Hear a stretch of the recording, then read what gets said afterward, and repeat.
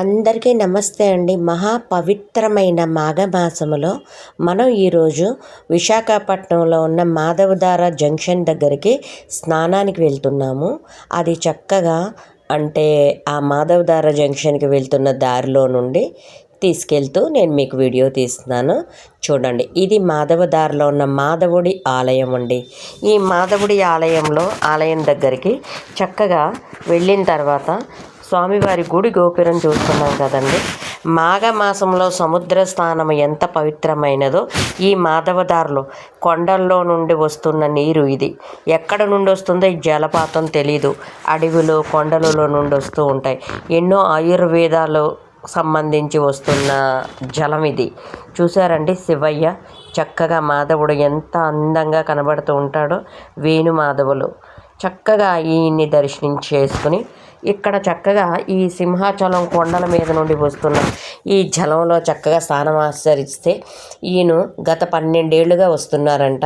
ఎంత చక్కగా ఆయన అనుభవాన్ని మనతో షేర్ చేసుకున్నారో.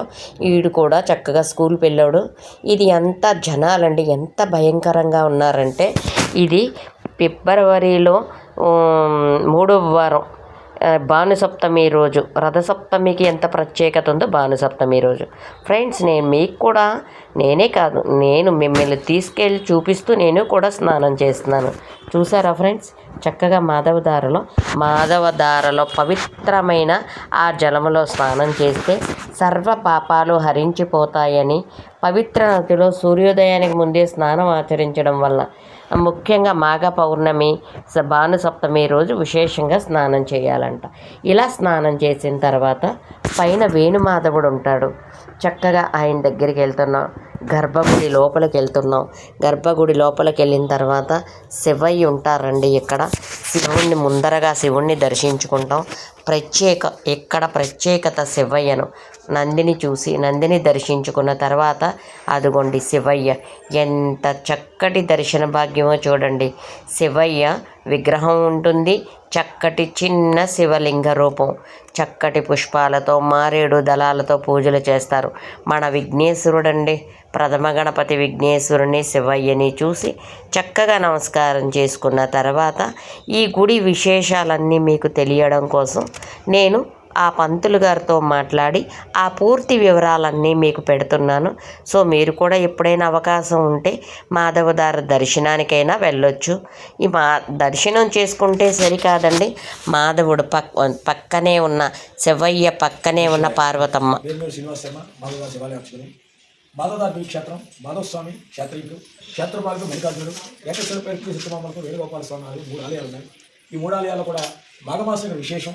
మాఘమాధవారాల్లోకి స్నానం ఆచరించి అనంతరం మాధవస్వామిని, శివాలయం మల్లికార్జున స్వామి, వేణుగోపాల స్వామి 3 ఆలయాలు దర్శనం చేసుకొని స్వామి ప్రముఖ పాత్రలు అవుతారు. సింహాచలం వెళ్ళడానికి కూడా ఇప్పుడు మెట్ల మార్గం ఉంది. ఆ మెట్ల మార్గం మీద సింహాచలం వెళ్ళి స్వామిని కూడా దర్శనం చేసుకుంటారు. కూడా పూర్వం నుంచే మెట్లు ఉండే ఉంటుంది. తర్వాత క్రమేణా ఎక్కువ మంది వెళ్ళడం వల్ల పూర్తిగా ఏంటి ఇప్పుడు శిథిలావస్థలో ఉంటుంది. కానీ ఇప్పుడు కూడా వెళ్తున్నారు స్వామి దర్శనానికి. అదేవిధంగా సింహాచలం నుంచి హనుమంతరాజు జంక్షన్ కూడా మామదార, చిగిదార, అంటున్నారు, టికెట్దార, దేవదార, నిమ్మదార, అలా చాలా కొన్ని పేర్లు కూడా నాకు తెలియదు. కొన్ని వనమూలికలు వేళలో నుంచి వస్తుంది కాబట్టి ఆయుర్వేదిక వాటర్, ఇది నేచురల్ మినరల్ కాబట్టి తాగినా మంచిది. స్నానం ఆచరిస్తే స్కిన్ ఎనర్జీలో అటువంటి దివ్య క్షేత్రం. ఈ క్షేత్రానికి వచ్చి దర్శనం చేసుకుంటే అందరి యొక్క కోరికలు నెరవేరి చక్కగా ఉంటుంది. చాలా ప్రకృతి సిద్ధమైన దేవాలయాలు ఇవి. ఎందుకంటే సిటీ మధ్యలో ఒక ఫారెస్ట్లో ఉంటుంది. అంత చక్కటి క్షేత్రం. ఆ క్షేత్రాన్ని అందరూ దర్శనం చేసుకొని సాంస్కృతిక పాత్రలు కూర్చుంది. ఇంత చక్కగా స్వామివారి గురించి వివరించారు చూసారండి పంతులు గారు. అలా బయటకు వచ్చిన తర్వాత గజస్తంభ దర్శనం చేసుకున్న తర్వాత మనకు ఈ నెలలో చక్కగా ఏ స్నానం చేసినా చాలా మంచిది. ఈయన కాలభైరవుడు అండి, క్షేత్రపాలకుడు. కాశీ క్షేత్రానికి పాలకుడైన కాలభైరవుడు ఇక్కడ చక్కగా శివయ్య పక్కన ఒక మంచి విగ్రహం. వచ్చిన జనాలు, భక్తులు అందరూ దీపధూప పసుపు కుంకాలతో చక్కటి కాలభైరవుడు దర్శనం అయిన తర్వాత మనం ఇక్కడ అతి ప్రత్యేకమైనది ఏమిటి అంటే వేణుమాధవుడు అండి. వేణుమాధవుడు దర్శనం చూశారండి. గర్భగుడిలో వేణుమాధవ స్వామి. ఎన్నెన్నో జన్మల పుణ్యఫలం ఉండాలి ఈ మాధవధారలో. మాధవుడి దగ్గర ఈ వేణుగోపాల స్వామిని దర్శించుకున్నాక చిన్న గోపాలుడండి. గోపాలుడు చక్కగా ఉయ్యాల ఊగుతున్నాడు. చక్కటి శ్రీకృష్ణుడు ఉయ్యాల ఊగుతున్న శ్రీకృష్ణుడిని కూడా చక్కగా నేను మీకు చూపించాను. అలా చూపించిన తర్వాత ఇంకొకసారి కాలభైరవ దర్శనం, ఎందుకంటే కాలభైరవుడు దర్శనం చేసుకుంటే సకల పాపాలు హరించుకుపోతాయి అంటారు కదా. అలా కాలభైరవుడు దర్శనం కూడా చేసిన తర్వాత సూర్యుడు మకర రాశిలోకి ప్రవేశించి ఉత్తరాయణంలో మాఘ మాసంలో వస్తుంది. అలా ఎంతమంది జనాలు ఉన్నారో చూడండి. చక్కగా ఆదివారం ఏమో చక్కటి పిల్లలు పెద్దవాళ్ళు 6 గంటలకి ఇంత లైన్ ఉందంటే 9 గంటలకి ఎంత జనాలు ఉంటారో చూడండి.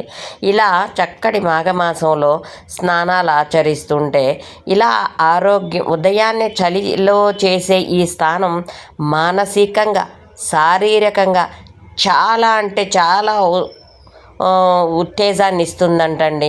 ఈ వేణుగోపాల స్వామి ఆలయం నుండి వస్తూ నేను మీకు ఆలయం గురించి చెప్తున్నాను. అంటే ఇక్కడ ఈ టైంలో స్నానం చేసి దర్శనానికి గనుక వెళ్తే చాలా మానసికమైన ప్రశాంతత, శారీరకంగా చాలా ఉత్తేజాన్ని ఇస్తూ ఉంటుందంటండి. కాబట్టి ఈ వేణుగోపాల స్వామి ఆలయంలో నేను గర్భగుడి చూపించాను కదండి. గర్భగుడిలో నుండి బయటకు వస్తూ కూడా స్వామివారి గోపురాన్ని చక్కగా చూపిస్తున్నాను. కనీసం గుడిలో అయ్యవారి దర్శనం చేసుకున్నాము, గర్భగుడిని కూడా దర్శనం చేసుకుంటాము.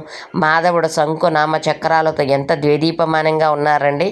అలా ఇక్కడికి వచ్చిన తర్వాత మాధవుడు ఆర్చ్ చాలా అందంగా ఉంటుంది.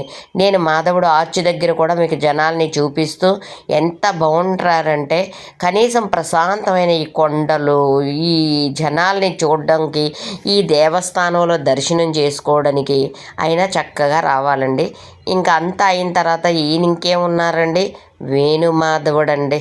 ఇంకా ఇందాక గోపాలకృష్ణుడు, ఈయన చక్కటి శ్రీహరి.